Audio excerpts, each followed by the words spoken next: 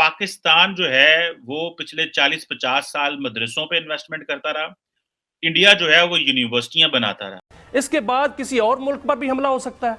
लेकिन अब यह मामला बिगड़ चुका है क्योंकि हमास के रहनुमा सिर्फ दोहा कतर में नहीं बल्कि तुर्की में भी मौजूद है और तुर्की के दारुल हुकूमत अंकारा में। इस वक्त नाज़रीन कराम तुर्की के दारुल हुकूमत पर बमबारी के हवाले से बहुत बड़ा ऐलान हो चुका है। कतर पर बराह रास्त फिजाई हमला कर दिया है और ये दावा भी कर दिया है कि उसने हमले में हमास की क़यादत को निशाना बनाया है। आज के हमले के बाद इसराइल तो इस बात का एलानिया तौर पर इतराफ कर रहा है कि अब तो वो किसी मुल्क को नहीं छोड़ेगा, किसी भी मुसलमान मुल्क को। स्ट्राइक्स के अंदर हमास के 35 रहनुमाओं को मारने का दावा किया है इसराइल ने। कोई मुल्क भी वहां सिक्योर नहीं है इसराइल से। जिस तरह यहाँ इंडिया से कोई, हमारे यहाँ भी देखे ना, इंडिया ने अटैक कर दिया था। आज वो जो मदरसे हैं उधर बच्चे जवान हो गए, उन बच्चों ने क्लैशनकोव पकड़ ली और हम उनसे क्लैशनकोव छुड़ाते हमारी जो है ना, हम तरक्की की वो रास्ता ही भूल गए। और वो भारत है, वहां के बच्चे यूनिवर्सिटियों में पढ़ते रहे और आज वो तरक्की के रास्ते में चल पड़े। और इसका जो फासला है वो 2228 किलोमीटर है, फजाई फासला।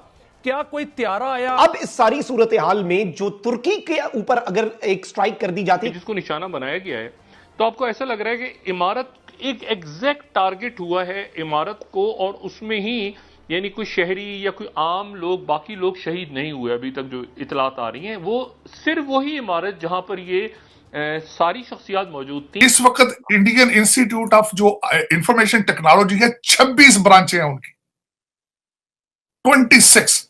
इजराइल ने कतर के कैपिटल दोहा के अंदर हमास की लीडरशिप को अटैक किया। एक ट्वीट किया है और वो ट्वीट बड़ा इंपॉर्टेंट है। उसका तर्जुमा यह है कि whoever attacks Doha can also attack Ankara, यानी जो भी दोहा के ऊपर हमला करता है वो अंकारा पर भी हमला कर सकता है। ये एक बहुत इंपॉर्टेंट स्टेटमेंट है और एक इंतहाई खतरनाक। मैंने जब ईरान पर हमला किया था इसराइल ने, तो कहा था कि अब बाकी मुल्क भी अपनी खैर मनाएं।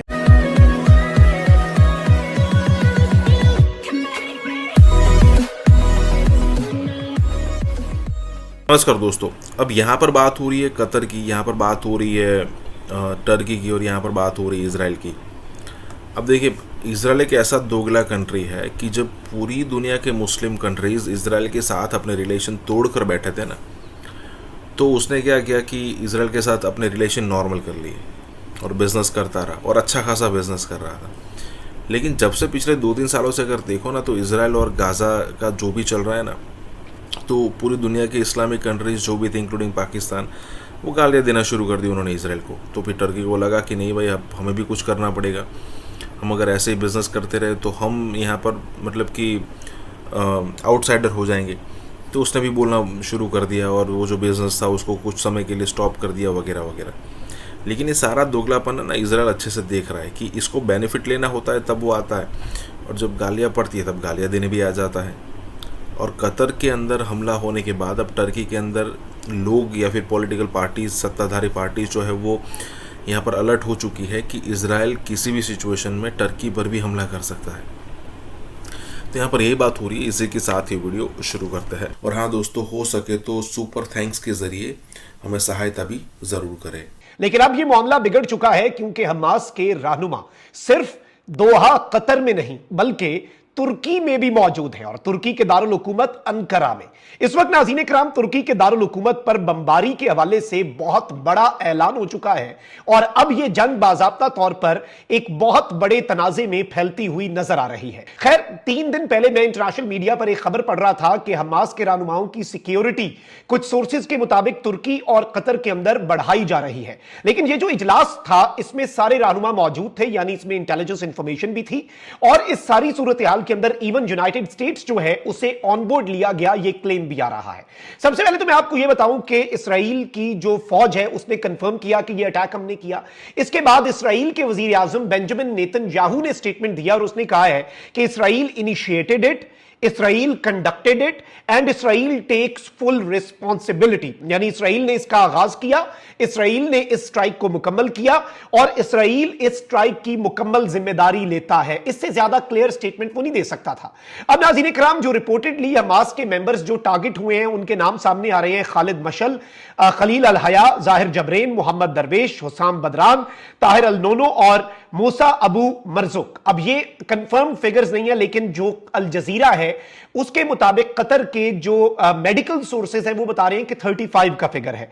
इसके अलावा नाज़रीन इकराम N12 जो मीडिया आउटलेट है उसके मुताबिक जो हमास लीडरशिप है नाज़रीन इकराम, उसके ऊपर इसराइल का अटैक जो है वो अमेरिका के साथ वेल कोऑर्डिनेटेड था। इसराइल का एक स्कॉलर है मेयर मसरी। अब मेयर मसरी नामी इस इसराइली स्कॉलर ने एक हिब्रू ज़बान के अंदर एक ट्वीट किया है और वो ट्वीट बड़ा इंपॉर्टेंट है। उसका तर्जुमा यह है कि whoever attacks Doha can also attack Ankara. यानी जो भी दोहा के ऊपर हमला करता है वो अंकरा पर भी हमला कर सकता है। ये एक बहुत इंपॉर्टेंट स्टेटमेंट है और एक इंतहाई खतरनाक, क्योंकि इससे पहले भी ये स्टेटमेंट आ चुकी है सामने और पहले ये खबर इंटरनेशनल मीडिया ने रिपोर्ट कर दी थी कि हमास के रहनुमा जो हैं वो अंकरा और दोहा के अंदर हैं और उन्हें निशाना बनाया जा सकता है। ये बेसिकली पॉलिटिकल ऑफिस के लोग हैं जो कि निगोशिएशंस जो हैं उनमें अपना किरदार अदा कर रहे हैं। तो अब इस सारी सूरत हाल में जो तुर्की के ऊपर अगर एक स्ट्राइक कर दी जाती है, क्योंकि इसराइल जो है यूं लग रहा है कि वो रिलक्टेंट नहीं होगा और दोहा और कतर जो है उसे भी अब अपनी पॉलिसी को देखना पड़ेगा और बाकी अरब मुल्क जो है वो भी सोचने पर मजबूर हो गए हैं। क्योंकि ये याद रखिएगा कि कतर का एयर डिफेंस अमेरिका के पास है, तो अमेरिका ने उसके ऊपर कुछ नहीं किया। इसराइल के जेट्स आए और उन्होंने आकर कार्रवाई कर दी और अब तो इसराइली मीडिया खुद ये रिपोर्ट कर रहा है और इस तरीके से नेटो के टूटने के चांसेस भी बढ़ सकते हैं। क्योंकि क्या वेस्ट और अमेरिका इसराइल को इसका जवाब देंगे अगर इसराइल ने तुर्की पर हमला किया? बिल्कुल भी नहीं। ये तो एक अंडरस्टूड सी चीज है। तो तुर्की इस सब के अंदर एक बहुत बड़ा क्वेश्चन मार्क रेज कर देगा बाकी के जो ममालिक हैं नेटो के, उनके ऊपर भी, और एक बहुत ही अजीब सी खिचड़ी पक जाएगी।